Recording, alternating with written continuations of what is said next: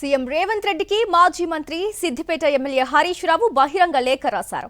రాష్ట్ర ప్రభుత్వం చూపుతున్న ఉదాసీనత, నిర్లక్ష్యం కారణంగా ఈ ఏడాది పీజీ వైద్య విద్యా ప్రవేశాల్లో తెలంగాణ విద్యార్థులు తీవ్ర అన్యాయానికి గురవుతున్నారని లేఖలో పేర్కొన్నారు. మేనేజ్మెంట్ కోటా సీట్లలో స్థానిక రిజర్వేషన్ కల్పించకపోవడం వల్ల వందలాది తెలంగాణ విద్యార్థులు పీజీ సీట్లు కోల్పోతున్నారని ఆవేదన వ్యక్తం చేశారు. తక్షణమే చర్యలు తీసుకోవాలని బహిరంగ లేఖలో హరీష్ రావు డిమాండ్ చేశారు.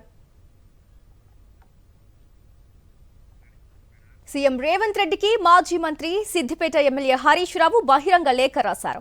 రాష్ట్ర ప్రభుత్వం చూపుతున్న ఉదాసీనత, నిర్లక్ష్యం కారణంగా ఈ ఏడాది పీజీ వైద్య విద్యా ప్రవేశాల్లో తెలంగాణ విద్యార్థులు తీవ్ర అన్యాయానికి గురవుతున్నారని లేఖలో పేర్కొన్నారు.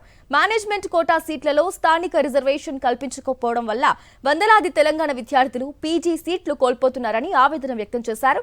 తక్షణమే చర్యలు తీసుకోవాలని బహిరంగ లేఖలో హరీష్ రావు డిమాండ్ చేశారు.